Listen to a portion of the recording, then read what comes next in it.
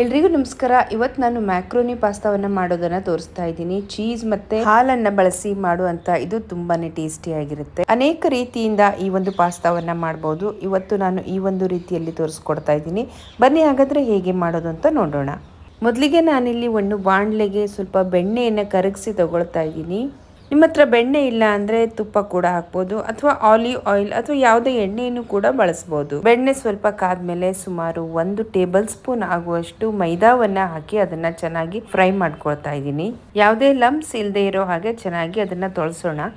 ಇವಾಗ ಈ ಮೈದಾ ಮತ್ತು ಬೆಣ್ಣೆ ಎರಡು ಕೂಡ್ಕೊಂಡು ಚೆನ್ನಾಗಿ ಫ್ರೈ ಆಗಿದೆ. ಇದಕ್ಕೆ ಸುಮಾರು ಒಂದು ಅರ್ಧ ಗಡ್ಡೆಯಷ್ಟು ಬೆಳ್ಳುಳ್ಳಿ ಮತ್ತು ಸ್ವಲ್ಪ ಶುಂಠಿಯನ್ನು ಸಣ್ಣಕ್ಕೆ ಕೊಚ್ಚಿ ಹಾಕಿ ಅದನ್ನು ಕೂಡ ಫ್ರೈ ಮಾಡ್ಕೊಳ್ತಾ ಇದ್ದೀನಿ. ಇದು ತುಂಬ ಒಳ್ಳೆ ಅರೋಮಾ ಮತ್ತು ಟೇಸ್ಟನ್ನು ಕೂಡ ಈ ಪಾಸ್ತಾಕ್ಕೆ ಕೊಡುತ್ತೆ. ಸ್ನೇಹಿತರೆ, ಈ ಮ್ಯಾಕ್ರೋನಿ ಮೊದಲು ಒರಿಜಿನೇಟ್ ಆಗಿದ್ದು ಇಟಲಿಯಲ್ಲಿ. ಗೋಧಿ ಹಿಟ್ಟು ಅಥವಾ ಮೈದಾ ಹಿಟ್ಟಿನಿಂದ ಇದನ್ನು ತಯಾರಿಸಲಾಗುತ್ತೆ. ಇವಾಗ ನಾನು ಇದಕ್ಕೆ ಸ್ವಲ್ಪ ಬಿಸಿ ನೀರನ್ನು ಹಾಕಿ ತೊಳಸ್ತಾ ಇದ್ದೀನಿ. ಮೀಡಿಯಂ ಫ್ಲೇಮಲ್ಲಿ ಇಟ್ಟು ಅದು ಸ್ವಲ್ಪ ತಿಕ್ ಆಗೋವರೆಗೂ ಅದನ್ನು ತೊಳಸೋಣ. ಕನ್ಸಿಸ್ಟೆನ್ಸಿಯನ್ನು ನೋಡಿಕೊಂಡು ಇನ್ನೊಂಚೂರು ನೀರನ್ನು ಹಾಕಿ ತೊಳಸ್ಕೊಳ್ತಾ ಇದ್ದೀನಿ. ತುಂಬಾ ಗಟ್ಟಿಯಾಗಿ ಆಗೋದು ಬೇಡ, ತುಂಬಾ ತೆಳ್ಳಗೆ ಕೂಡ ಆಗೋದು ಬೇಡ. ನಾನಿಲ್ಲಿ ಬಿಸಿನೀರನ್ನೇ ಯೂಸ್ ಮಾಡ್ಕೊಳ್ತಾ ಇದ್ದೀನಿ, ಯಾಕಂದರೆ ಲಂಪ್ಸ್ ಆಗಲ್ಲ ಅದರಿಂದ. ಈ ಒಂದು ಪಾಸ್ತಾ ಮಕ್ಕಳಿಗಂತೂ ತುಂಬಾ ಇಷ್ಟ ಆಗುತ್ತೆ. ಹೆಲ್ದಿ ಕೂಡ ಹೌದು. ಅವರ ಟಿಫಿನ್ ಬಾಕ್ಸ್ಗೆ ಅಥವಾ ಸ್ನ್ಯಾಕ್ಸ್ ಟೈಮಿಗೆ ಕೂಡ ಕೊಡ್ಬೋದು. ಇವಾಗ ಬೇಯಿಸದೇ ಇರುವಂಥ ಮ್ಯಾಕ್ರೋನಿಯನ್ನು ಹಾಕಿ ತೊಳಸ್ತಾ ಇದ್ದೀನಿ. ಮೊದಲೇ ನೀರು ಹಾಕಿ ಬೇಯಿಸಿಟ್ಕೊಂಡ್ರೆ ತುಂಬಾ ಸಾಫ್ಟಾಗಿ ಮ್ಯಾಕ್ರೋನಿ ಕರಗಿ ಹೋಗುತ್ತೆ. ಅದಕ್ಕೇ ನೀರು ಹಾಕೋದು ಬೇಡ. ಇದೇ ಹಬೆಯಲ್ಲೇ ಇದು ಬೆಂದ್ಕೊಳ್ಳಿ.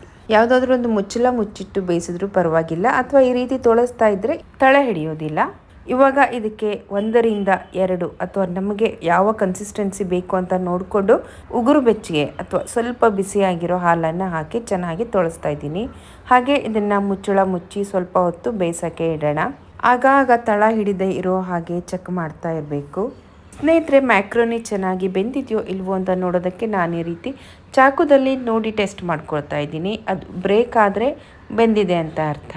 ನನಗೆ ಈ ಒಂದು ಕನ್ಸಿಸ್ಟೆನ್ಸಿ ಸ್ವಲ್ಪ ಗಟ್ಟಿಯಾಗಿದೆ ಅನ್ನಿಸ್ತು. ಅದಕ್ಕೆ ಇನ್ನೊಂದು ಕಪ್ ಹಾಲನ್ನು ಹಾಕಿ ಸ್ವಲ್ಪ ತೆಳ್ಳ ಮಾಡ್ಕೊಳ್ತಾ ಇದ್ದೀನಿ. ಇದಕ್ಕೆ ಇವಾಗ ರುಚಿಗೆ ತಕ್ಕಷ್ಟು ಉಪ್ಪು, 1 ಟೀ ಸ್ಪೂನ್ ಆಗುವಷ್ಟು ಆರಿಗ್ಯಾನೋ, 1 ಟೀ ಸ್ಪೂನ್ ಆಗುವಷ್ಟು ಚಿಲ್ಲಿ ಫ್ಲೇಕ್ಸ್ ಮತ್ತು 1 ಟೀ ಸ್ಪೂನ್ ಆಗುವಷ್ಟು ಪೆಪ್ಪರ್ ಪೌಡರನ್ನು ಹಾಕಿ ಚೆನ್ನಾಗಿ ಮಿಕ್ಸ್ ಮಾಡೋಣ. ಡೈರೆಕ್ಟಾಗಿ ಇದಕ್ಕೇ ಸ್ವಲ್ಪ ಮೊಜರೆಲ್ಲಾ ಚೀಸನ್ನು ಹಾಕಿ ಅಥವಾ ನೀವು ಚೆಡ್ಡಾರ್ ಚೀಸನ್ನು ಕೂಡ ಯೂಸ್ ಮಾಡ್ಬೋದು. ಚೀಸ್ ಬೇಡ ಅಂದವರು ಇದನ್ನು ಸ್ಕಿಪ್ ಮಾಡ್ಕೋಬೋದು. ಚೀಸ್ ಹಾಕಿದರೆ ತುಂಬಾ ಯಮ್ಮಿಯಾಗಿ ಬರುತ್ತೆ, ಮಕ್ಕಳಿಗೂ ಇಷ್ಟ ಆಗುತ್ತೆ. ಅದು ಹೆಲ್ತಿಗೂ ಕೂಡ ಕೆಟ್ಟದ್ದೇನಲ್ಲ, ಒಳ್ಳೆಯದೇನೆ, ಹಾಲಿಂದ ಮಾಡಿರೋದ್ರಿಂದ. ಇವಾಗ ಎಲ್ಲನೂ ಕೂಡಿ ಚೆನ್ನಾಗಿ ಮಿಕ್ಸ್ ಮಾಡೋಣ. ನಿಜವಾಗ್ಲೂ ಹೇಳ್ತಾ ಇದ್ದೀನಿ ಸ್ನೇಹಿತರೆ, ತುಂಬಾ ಯಮ್ಮಿಯಾಗಿ ತುಂಬಾ ಟೇಸ್ಟಿಯಾಗಿ ಬಂದಿದೆ. ಹೆಲ್ದಿ ಕೂಡ ಇದು, ಹಾಲು ಮತ್ತು ಚೀಸ್ ಎಲ್ಲ ಇರೋದ್ರಿಂದ. ಕನ್ಸಿಸ್ಟೆನ್ಸಿ ಸ್ವಲ್ಪ ತಿಕ್ಕಾಗಿ ಬಂದಿರೋದ್ರಿಂದ ಹಾಲನ್ನು ಹಾಕಿ ಅಡ್ಜಸ್ಟ್ ಮಾಡ್ಕೊಳ್ತಾ ಇದ್ದೀನಿ. ಇವಾಗ ರುಚಿಯಾದ ಮ್ಯಾಕ್ರೋನಿ ಪಾಸ್ತಾ ತಿನ್ನೋದಕ್ಕೆ, ಸರ್ವ್ ಮಾಡೋದಕ್ಕೆ ರೆಡಿಯಾಗಿದೆ. ಸಣ್ಣಕ್ಕೆ ಹೆಚ್ಕೊಂಡಿರೋ ಕೊತ್ತಂಬರಿ ಸೊಪ್ಪನ್ನು ಹಾಕಿದ್ರಂತೂ ಇದರ ರುಚಿ ಇಮ್ಮಡಿಯಾಗುತ್ತೆ. ಒಮ್ಮೆ ಮನೆಯಲ್ಲಿ ಇದನ್ನು ಮಾಡಿ ನೋಡಿ. ಮಕ್ಕಳಿಗೆ ಸ್ನ್ಯಾಕ್ಸ್ ಅಥವಾ ಲಂಚ್ ಕೂಡ ಇದನ್ನು ಕಳಿಸ್ಬೋದು. ಇನ್ನೊಂದು ಅದ್ಭುತವಾದ ರೆಸಿಪಿಯೊಂದಿಗೆ ನಿಮ್ಮ ಮುಂದೆ ಬರ್ತೇನೆ. ಅಲ್ಲಿವರೆಗೂ ಶುಭಮಸ್ತು, ನಮಸ್ಕಾರ.